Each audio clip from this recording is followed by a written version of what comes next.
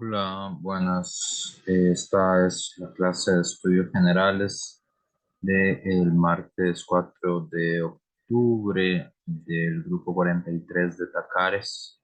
Esta es una clase sincrónica y vamos a trabajar eh, el tema de la pedagogía de la liberación, eh, que es el nuevo tema. Ya dejamos de ver los temas asociados a la antropología filosófica del neoliberalismo y hoy vamos a estudiar la obra de Paulo Freire, que es un intelectual brasileño, nació en 1921, murió en 1997.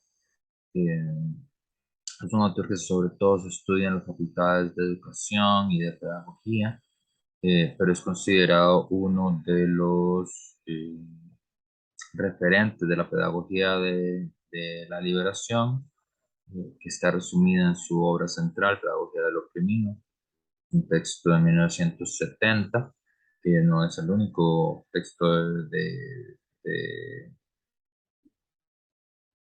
de Paulo Freire, eh, pero sí es el más conocido y donde está sintetizada su pensamiento pedagógico. Es un, podríamos decir, digamos que es obvio que hay mucho del pensamiento universal que viene de Europa, ¿verdad? La filosofía clásica, es una filosofía europea, ¿verdad? Platón, Aristóteles, Santo Tomás de Aquino, Kant, son autores europeos que han demostrado su valor universal. Y en el caso de Latinoamérica hay por lo menos cuatro corrientes intelectuales, políticas, teóricas, que todo el mundo reconoce que son como los cuatro grandes puntos álgidos, en el cual los latinoamericanos hemos logrado presentar un pensamiento original, digamos un pensamiento que fue producido en América Latina, pero eh, que tiene alcances universales, ¿verdad? El primero de ellos es la teoría de la dependencia, que es una teoría sociológica y económica, a la cual estaban asociados nombres propios como Teotonio dos Santos, como Frank Lambert, como Aníbal Quijano, como Wanya Van Birra, como Rui Mauro Marín, que se estudia sobre todo en las clases de sociología, de ciencias económicas, no más sociología. En trabajo social también hay que estudiar la teoría de la dependencia latinoamericana, la teología de la liberación latinoamericana, que tiene nombres propios importantes como Gustavo Gutiérrez, Rubén Malvés, Franklin Lambert otra vez, eh, Pablo Richard, ¿verdad? Dentro de una interpretación especial del cristianismo que se realizó en los años 60 y 70, digamos, una forma de leer políticamente la fe cristiana en América Latina, un movimiento que además dejó un movimiento de base muy importante en toda América Latina. Y la otra es la nueva canción latinoamericana, que tiene expresiones como Pablo Milanés, como Silvio Rodríguez, como Daniel Biglietti. Y la cuarta es la pedagogía del oprimido de Paulo Freire, que es una teoría eh, pedagógica, sobre todo. Entonces vamos a hablar de la pedagogía de la liberación. Lo primero que tenemos que hacer la pregunta obviamente es ¿qué es la pedagogía? La palabra pedagogía tiene su palabra de origen, también es una palabra griega, paideia, significa los ideales de la cultura, pero modernamente podemos decir que la pedagogía es una ciencia multidisciplinaria enfocada en la investigación, la reflexión de las teorías educativas, entendiendo las teorías educativas, entendiendo la educación como algo que sucede en toda la vida y no en un momento preciso de la educación. Es decir, la pedagogía piensa el aprendizaje de los seres humanos más allá del periodo de escolarización de los seres humanos. Se estudia el fenómeno educativo Y la pedagogía de la liberación tiene por objetivo, porque hay dos palabras, pedagogía y liberación, eh, se deduce del título que obviamente el objetivo de Paulo Freire era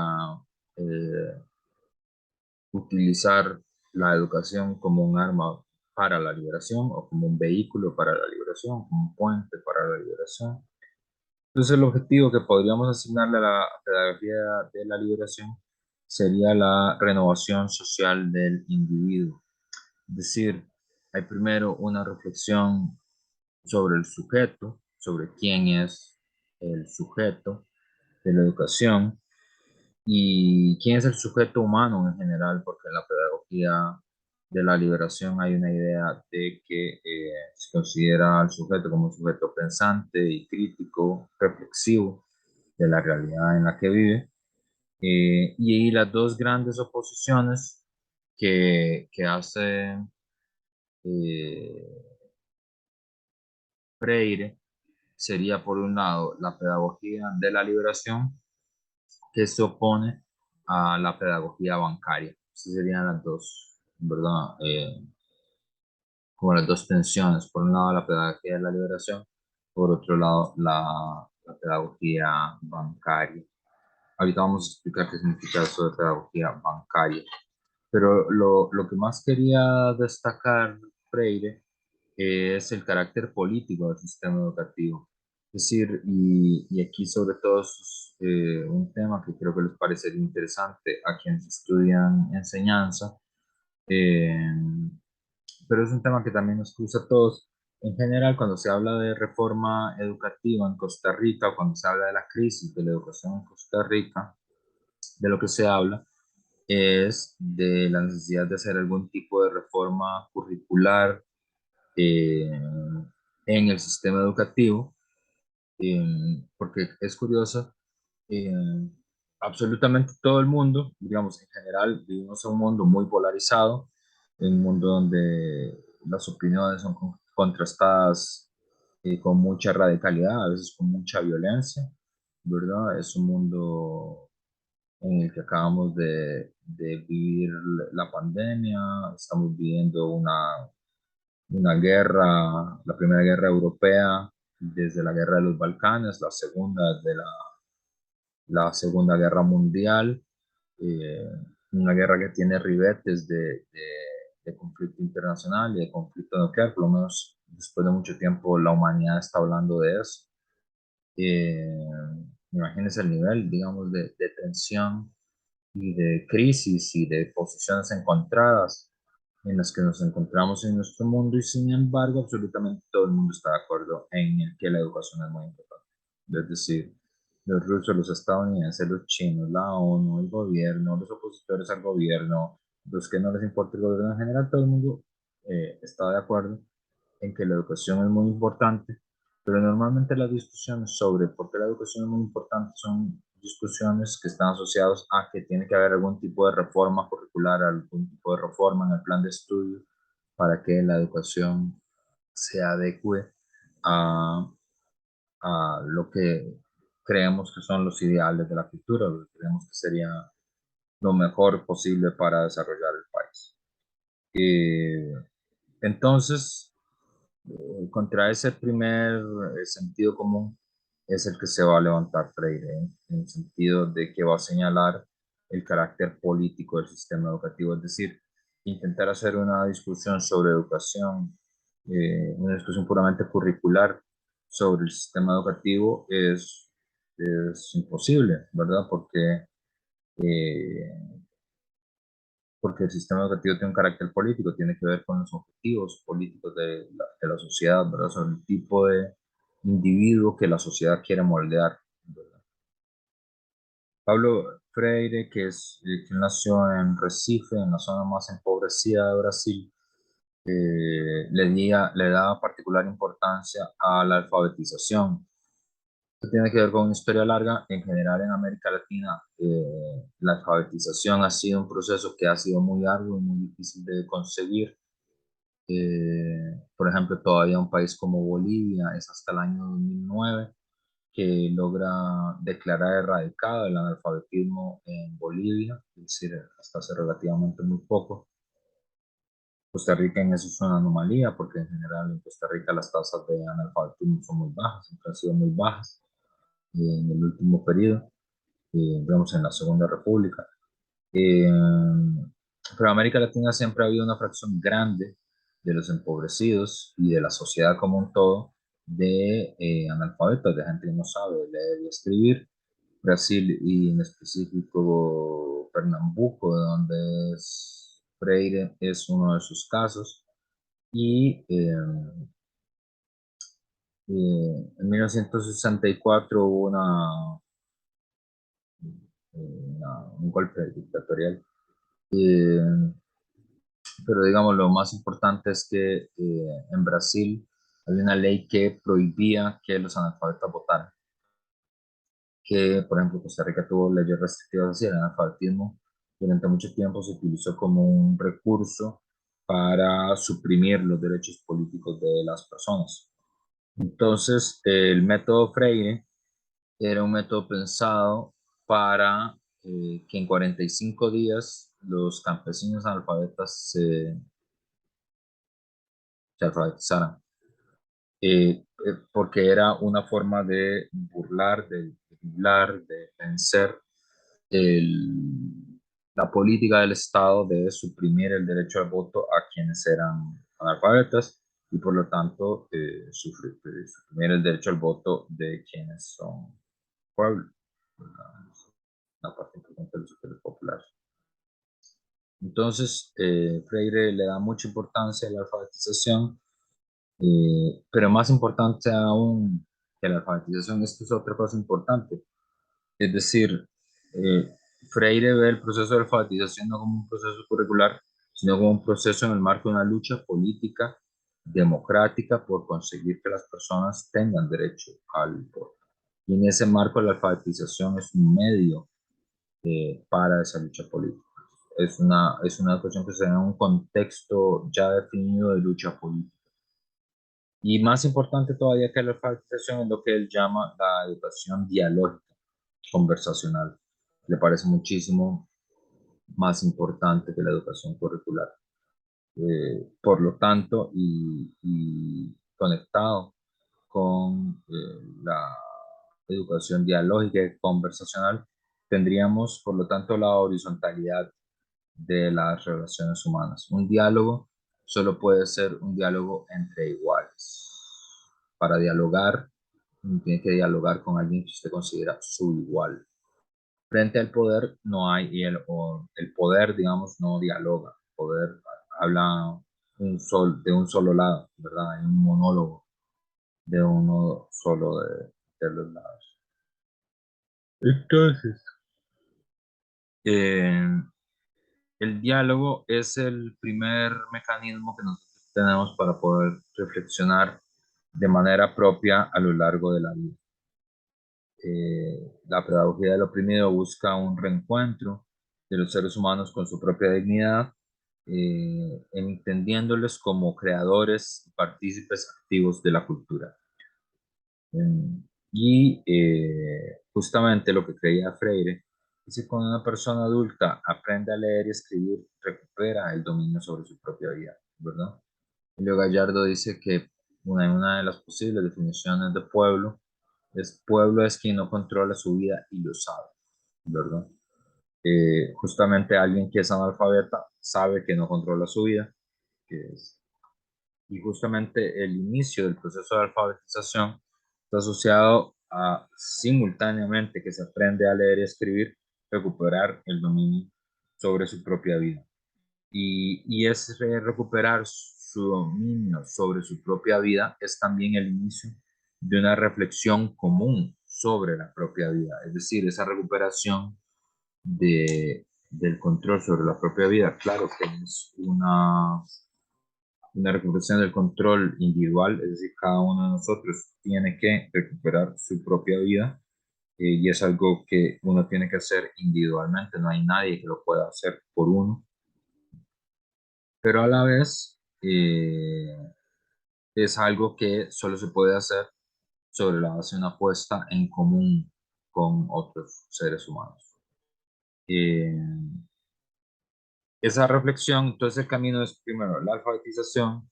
La alfabetización lleva a la reflexión sobre la propia vida. La reflexión sobre la propia vida es una reflexión que es una puesta en común y esa reflexión que es una puesta en común también nos ayuda a detectar qué, nos ayuda a detectar las inercias y las fuerzas que impiden la expresión y la realización de las personas. Es decir, en el proceso en el que uno piensa en común, piensa con otros, piensa junto con otros, también logra detectar cuáles son las inercias institucionales, cuáles son las fuerzas sociales que impiden la expresión y la realización de las personas. Es decir, quienes impiden que podamos retomar el control sobre nuestras propias vidas.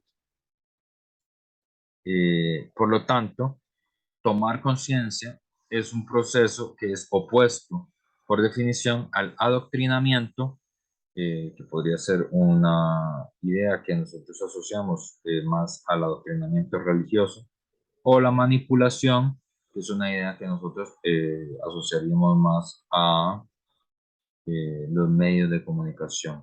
Toma de conciencia no puede ser adoctrinamiento, no puede ser tampoco manipulación. Justamente la animosidad de Freire con la idea de la educación bancaria consiste en que la educación bancaria genera pasividad y fatalismo en los sujetos. Es decir, la educación bancaria piensa la educación como una narración unilateral de uno solo de los lados, y además piensa la educación como una inversión y por eso es que se llama una inversión de una educación bancaria, que se piensa en la educación como si fuera un banco, es decir, una relación entre el cliente y el banco, y que justamente esta relación implica que se piense la educación como si fuera una inversión, ¿verdad? Es decir, los estudiantes eventualmente tienen que llegar a dar réditos y por lo tanto es una concepción de la educación vertical y unidireccional. Eh, para Freire, como hemos dicho, es sobre todo a través del diálogo que, que el educador, ¿verdad? Es un diálogo permanente entre el educador y quien recibe la educación, que también hace parte activa del proceso de educación, porque es a través del diálogo que el educador expresa sus creencias, sus opiniones, su conocimiento, es lo que aporta quien está de este lado de la ecuación, ¿verdad? Pero eso no quiere decir que sea la verdad de las cosas, sino que aporta sus creencias, sus opiniones, su conocimiento, y a partir de este diálogo se puede discutir y criticar apreciaciones de ambos lados, ¿verdad? Es decir, el profesor presenta sus creencias, sus opiniones, sus conocimientos, los estudiantes critican las opiniones, las creencias, el conocimiento que aporta el profesor y el profesor también aprende de los alumnos. Entonces, esta relación eh,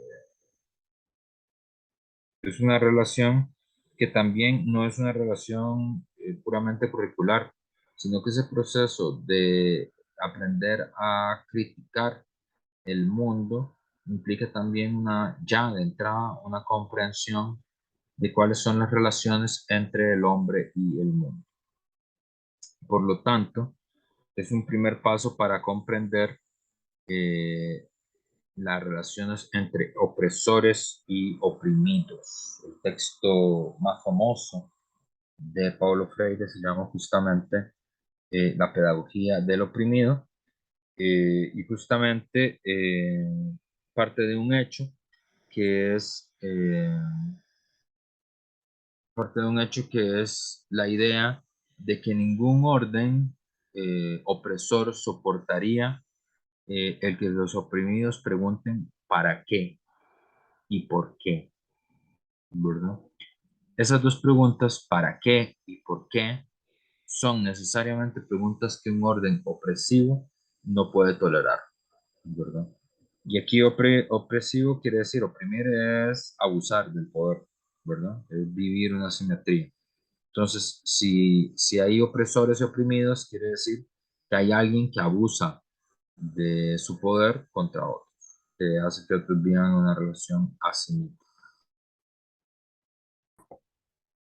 Es decir, la obra de Freire no tiene como objetivo, digamos, que es como se ha interpretado alguna vez, no se trata de métodos más bonitos o métodos más participativos en la clase, sino el objetivo de Freire es intentar develar y descubrir cuáles son las intenciones sociopolíticas, cuáles son las intenciones económico-culturales que el sistema le imprime, el sistema educativo.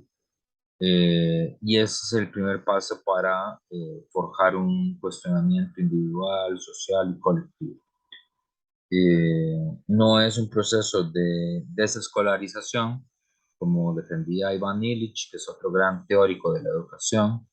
Lamentablemente no estudiamos en las clases de humanidades, ¿verdad? Es decir, son dos grandes teorías críticas del proceso educativo, la pedagogía del oprimido de Pablo Freire, por un lado, la teoría de la desescolarización de Iván Illich, pero el objetivo central de Freire, y cito a Freire, es el siguiente: el hombre simple no capta las tareas propias de su época, que son presentadas por una élite que las interpreta y se las entrega en forma de receta, de prescripción a ser seguida. Entonces, el objetivo de la pedagogía del oprimido es ponerle límite, ponerle corte a ese proceso de desubjetización, de dejar de ser sujeto del proceso educativo, ¿verdad? Es decir, justamente es evitar enterarse del mundo justamente a través de estas recetas que nos vienen ya elaborados de la élite, ¿verdad? Eh,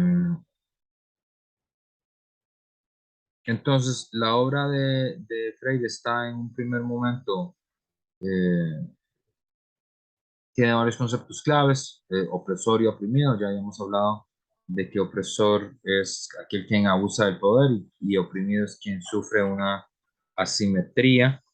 Eh, en relación con eso señala Freire justamente la pedagogía del oprimido tendrá pues dos momentos.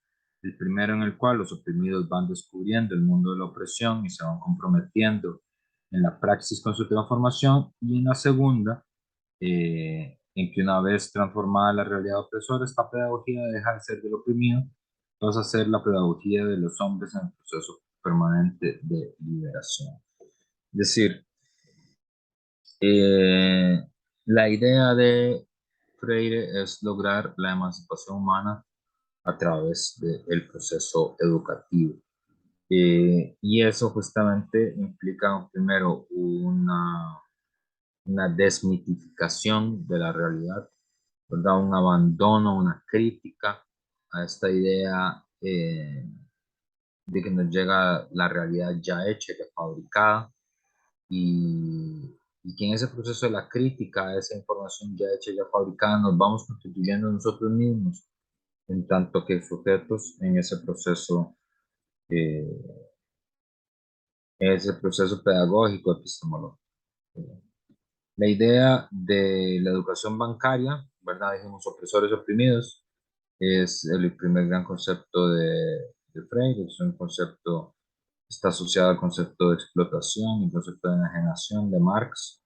Eh, el concepto de enajenación en Marx lo que quiere decir es un proceso en el cual los sujetos son incapaces de darle carácter a un proceso. En este caso, los sujetos de la educación, que son los estudiantes, son incapaces de darle carácter al proceso educativo como tal. Eh, y justamente Y bueno, y la explotación es la forma específica en la que el trabajo no pago es arrebatado a los productores directos. Esa es la definición que da Marx de explotación. Eh, bueno, vamos a pasar al otro concepto, que es el concepto de educación bancaria. El concepto de educación bancaria, aparte de ya una crítica política, una interpretación política que ya había hablado Freire, que es la idea de que la educación no puede ser neutra, no puede ser descomprometida, no puede ser apolítica, eh, que obviamente establece una relación entre el banco y el cliente, ¿verdad? Entonces, al cliente no le interesa cuál banco, en cuál banco esté su dinero, en cuál banco hacen sus depósitos, siempre que pueda sacar el dinero y que el dinero le dé algún rendimiento. Eh, y un poco así se ve en nuestra época a la educación, es decir, como un cumplimiento de los depósitos del sistema educativo. Eh, para eso se necesita un tipo de docente, que es el docente entendido como autoridad, ¿verdad? Como ubicándose en un lugar especial y en un lugar espacial distanciado de los estudiantes, ¿verdad? Colocado en un pedestal, ¿verdad? Eh, y ese pedestal implica luego un monólogo con los estudiantes, que el concepto que usa Pablo Freire para criticar esta relación monológica de los profesores con los estudiantes, él le dice verbalismo o palabrería hueca. Eh, y es de las cosas que él ve más mal, justamente porque la educación bancaria lo que intenta es no educar a las personas en su autonomía, sino que busca que los estudiantes sean educados para insertarse en el mundo, para insertarse eficientemente en el mundo. Entonces, pasaríamos ahí al otro concepto. Hemos visto profesor oprimido, hemos visto educación bancaria, el otro gran concepto es el concepto de sujeto-objeto, es decir, ahí y que conecta con el de opresor y oprimido, porque oprimido es como un objeto, ¿verdad? O es tratado como un objeto. Los oprimidos son tratados como si fueran objetos, como cosas que carecen de finalidades, ¿verdad? Y también el objeto se modela, un objeto no lo puede modelar, es un artefacto. Y Freire habla de la educación bancaria justamente porque la educación modela al estudiante según las necesidades del sistema. Y ya esa idea de modelación necesariamente eh, eh, ese modelo de educación necesariamente implica alguna forma de verticalidad, es decir, de desprecio a quienes están abajo de la operación de la verticalidad del sistema educativo, obviamente es una verticalidad que viene de la jerarquía de clases, pero que está marcada sobre todo por el poder y el prestigio y tiene que ver con un complacerse de lo que sufren quienes están debajo de la pirámide social, pero no de compadecerse, sino de complacerse. Bueno, entonces, el otro concepto que para Freire es central es el concepto de ingenuidad, eh, en el sentido de individuo que baje la cabeza y consienta, como la idea de que es más cómoda la ignorancia, ¿verdad? En ese sentido, podemos ver con mucha claridad la influencia de Kant en, en Paulo Freire, sobre todo el Kant de qué es la ilustración, en el sentido de que el concepto que Freire señala como ingenuidad Es muy similar al concepto de sapere aude de Kant, al concepto atrévete a pensar de Kant, en el sentido de que señala que nosotros mismos somos responsables del estado de inmadurez en el que nos han sometido las autoridades, solamente porque no nos atrevemos a pensar, ¿verdad? Eh, y la ingenuidad es un sentirse más cómodo, que es más fácil que le digan a uno qué pensar y qué opinar, que se lo diga el cura, que se lo diga el profe, que se lo diga el gobernante, que se lo diga los medios de comunicación, ¿verdad? Y no atreverse a pensar por cabeza propia. Y por lo tanto también implica una naturalización de la opresión, ¿verdad? Y una falsa generosidad, una idea de que el docente lleva adelante un gran acto de generosidad al llevar la luz hasta los estudiantes, ¿verdad? Siguiendo igual que Frank Lambert, que es otro autor que nosotros hemos leído en el curso, para Pablo Freire, nuestra sociedad es una sociedad necrófila, que es una cosa que le toma de Eric Fromm, de uno de los referentes de la escuela de Frankfurt. Este, es decir, necrófilo quiere decir una sociedad que está enamorada con la muerte. Entonces el sistema está enamorado con la muerte, no con la vida. Eh, Frank Lambert habla de que la modernidad es una religión del mercado, que es una religión del suicidio colectivo también. Eh, es decir, son formas de ver las cosas que consideran que es superior la muerte a la vida en nuestro sistema y la educación bancaria, pero nuestro sistema en particular es un sistema necrófilo, es decir, que le pone más importancia a la muerte que a la vida, ¿verdad? El capital es más importante que el trabajo, las paredes son más importantes que las mujeres, los buses son más importantes que los pasajeros de los buses, ¿verdad? Son en ese sentido mecanismos que se asemejan mucho a las religiosidades del sacrificio, ¿verdad? Las religiosidades como las de Moloch, ¿verdad? Que demandaban sacrificios humanos. Aquí también tenemos un montón de instituciones que matan, es decir, instituciones que demandan sacrificios para mantenerse, que hacen primar la muerte sobre la vida, ¿verdad? Eh, para, para Freire, una de las cosas más importantes, vamos a ver, es criticar esa necrofilia, criticar ese amor a las cosas que los hagan sentir vivos a los seres humanos. Por eso hay todo un auge de las experiencias, un auge del extremo, un auge de lo peligroso, de aquello que nos podría hacernos sentir vivos como proyecto, ¿verdad? Frente a eso, Freire levanta la bandera de la concientización, ¿verdad? Frente a la necrofilia, que implica en un primer momento una desmitificación, ¿verdad? Un desencantamiento del mundo y una inserción crítica de la conciencia en la propia historia. Eh,